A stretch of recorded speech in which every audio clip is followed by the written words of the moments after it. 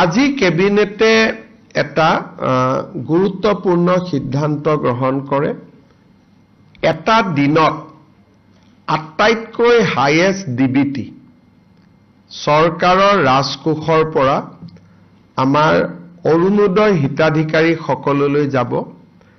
অহা 10 মাৰ্চ ৰাতিপুৱা 11 বজাত আমি 39,70,000 অৰুণোদয় হিতাধিকাৰী 9,000 টকা হস্তান্তৰ কৰাৰ সিদ্ধান্ত লৈছো। ইয়াৰ ফলত একেদিনাই চৰকাৰৰ 3,600 কোটি টকা খৰচ হ'ব।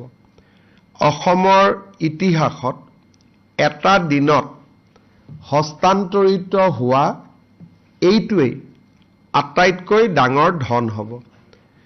এই পুঁজি কেনেকৈ পাব তাৰ বিষয়ে আমি সিদ্ধান্ত লৈছো।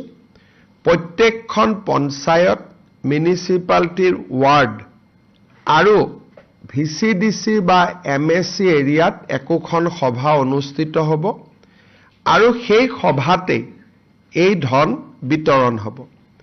কেন্দ্ৰীয় কাৰ্যসূচী জ্যোতি বিষ্ণু কলা মন্দিৰত অনুষ্ঠিত হ'ব আৰু এটা দিনতেই 3,600 কোটি টকা আমাৰ মহিলা আই মাতৃসকলৰ একাউণ্টলৈকে হস্তান্তৰিত হ'ব।